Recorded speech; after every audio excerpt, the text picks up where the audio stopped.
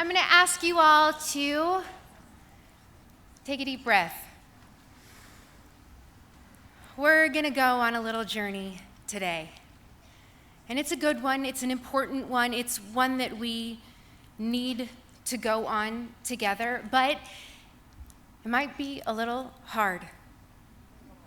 So I'm going to ask you, take those breaths, lean on the women that are sitting next to you and near you. We're going to get through these moments as we always do together. Because I want to tell you a little bit about October 7th, 2023, which was also in our Jewish calendar a holiday at the end of Sukkot called Shmini Atzeret. It's a day when, especially in Israel, we switch our mindset, we switch our season. We start to pray for rain. And so on October 7th, in that morning when we woke up and many of us went to synagogue and we got ready to pray and observe our holiday of Shmini Atzeret, which is such a random but beautiful holiday.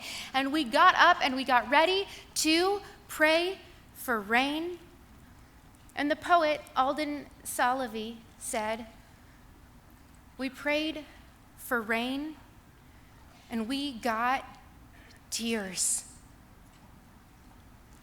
We said ancient words, Mashiv haruach umorid hagashem, let the wind blow and let the rain fall. We acknowledge that God is the one who makes that rain fall, who makes the wind blow, but we got tears. So many tears. They were flowing like rain that would not relent. Tears for our dead, tears for the wounded, tears for the kidnapped and the captives, tears for the soldiers and for the reservists, for our sons and our daughters, for our friends, tears for our families, tears for our nation, tears for our people. So many tears. We prayed for rain and we got tears in those first hours and days after that day. We wept.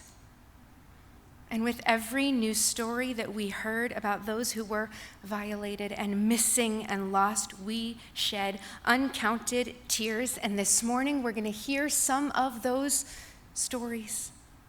The stories that continue to break our hearts, and the ones that inspire us, and the ones that bring us to our knees, and the ones that demand that we rise back up. We're going to hear them, and they're going to move us, and it's going to hurt. It's going to break our hearts all over again. But we're going to hear and we're going to listen because that's what we do. We're the people of the story.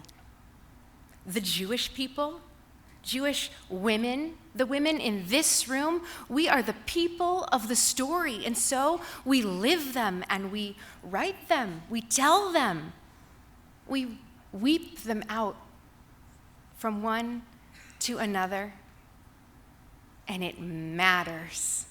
These stories, they matter. Our tears matter. So we're going to begin now with one of those stories.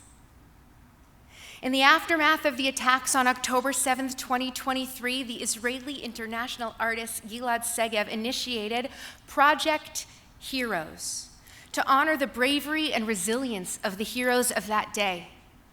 As Gilad and his program began to lift up the stories of October 7th, they realized that these stories of resilience and courage and bravery, those are not just stories from October 7th, they are the stories of the Jewish people in all of history. Project Heroes has begun to lift these stories. And in partnership with others, They are trying to change the narrative of the Jewish people from victimhood to heroism. Gilad Segev is here with us today, and he will begin by singing about Liron Barda, who worked at the Nova Party. Although she could have escaped several times, Liron didn't. She could have run, but she didn't. Instead, she stayed. She stayed to protect and save the people she didn't even know. Liron Barda, the story of one who stayed.